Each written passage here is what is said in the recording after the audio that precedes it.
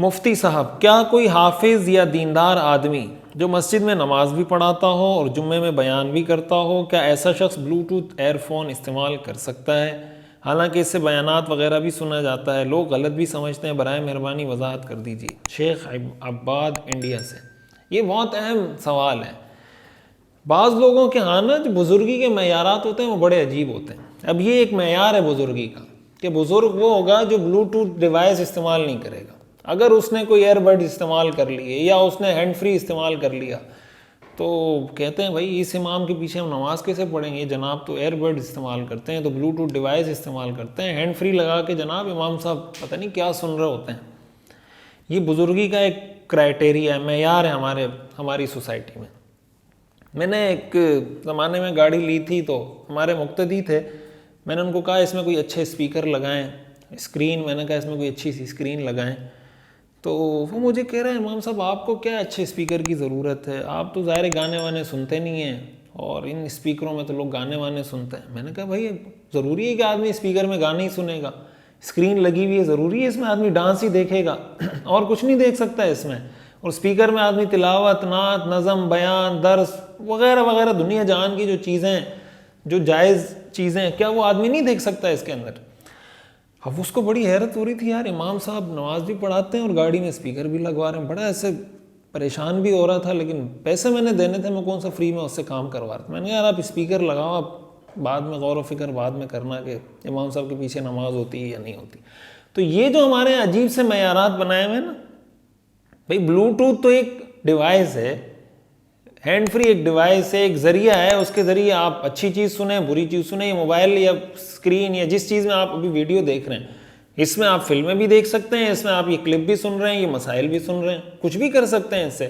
اب اس کا مطلب کسی کے پاس موبائل ہے تو آپ سمجھیں کہ امام صاحب موبائل استعمال کرتے ہیں، اس کا مطلب گڑبڑ ہے۔ امام صاحب فیس بک استعمال کرتے ہیں، اس کا مطلب ان کے پیچھے نماز پڑھنے کا مسئلہ کسی سے پوچھنا چاہیے۔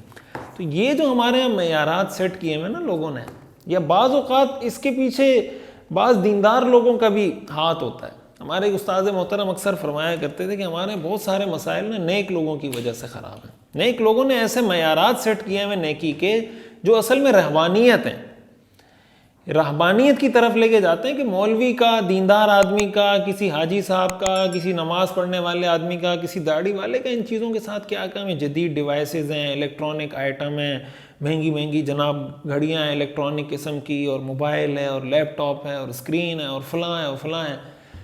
تو بھائی اگر کوئی چیز صحیح استعمال کر رہا ہے تو صحیح ہے، غلط استعمال کر رہا ہے تو غلط ہے۔ اس لیے ان چیزوں کو معیار بنا کر کسی امام صاحب کو دیکھ لیا اس نے جناب کان میں ہینڈ فری لگایا ہوا ہے تو آپ خسر خسر شروع کر دیں لوگوں کو، بھائی امام صاحب کی تصویر لے لو، بتانا لوگوں کو، فیس بک پہ ڈالنا امام صاحب کیا حرکتیں کر رہے ہیں۔ تو یہ جو معیارات ہیں نا اس کو ختم کریں معاشرے سے۔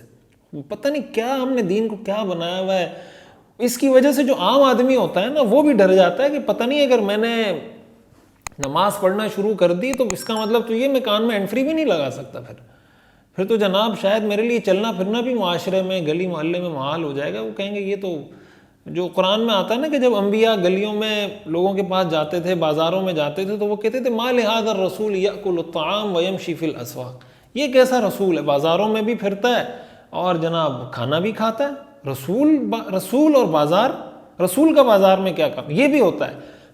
بعض اوقات آپ نے کسی عالم دین کو دیکھا جناب کسی شاپنگ مال میں گھوم رہے ہیں یا جناب کسی بازار میں گھوم رہے ہیں، کوئی خریداری کر رہے ہیں، لوگ کہتے ہیں جناب مفتی صاحب بازار میں گھوم رہے ہیں، یا وہ گھر والوں کو لے کے گیا ہوا بازار میں خریداری کرنے کے لیے تو کہتے ہیں بھائی یہ تو بیویوں کو بازاروں میں پھراتے ہیں۔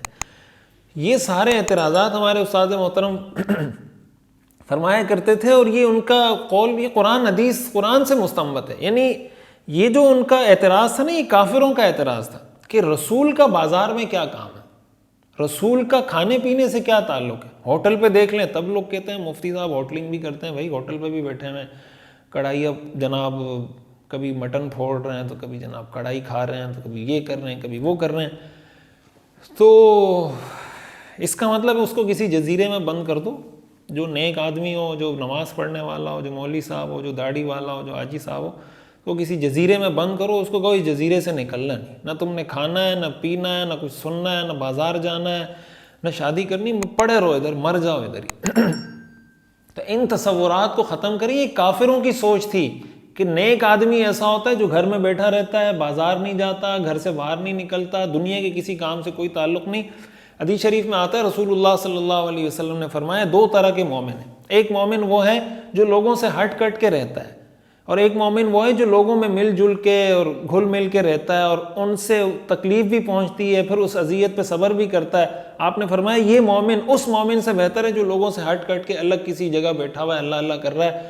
جب لوگوں کے پاس جا ہی نہیں رہا تو لوگوں سے اذیت کیا ملے گی؟ جب اذیت نہیں ملے گی صبر کیا کرے گا؟ اور بہت سارے معاملات ایسے ہیں, شریعت کے بہت سارے احکام ایسے ہیں جب آپ لوگوں سے ملتے ہیں تو آپ کو عمل کرنے کا, جائز ناجائز کی تفریق کا, حلال حرام کے فرق کا موقع ملتا ہے, تو آپ کو اس میں ثواب بھی ملتا ہے. تو یہ ہے اصل جو دین ہے نا, اس کی طرف ہمیں آنا چاہیے. امام مقتدیوں کی نیت کس طرح کرے؟ بس اسی طرح نیت کرے کہ میں مقتدیوں کی نیت کرتا ہوں, جو مقتدی میرے پیچھے نماز پڑھ رہے ہیں میں ان کو نماز پڑھا رہا ہوں. ظہر کی نماز آپ پڑھا رہے ہیں, آپ یہ نیت کریں میں ظہر کی نماز پڑھا رہا ہوں ان سارے مقتدیوں کو. سمپل سی بات ہے.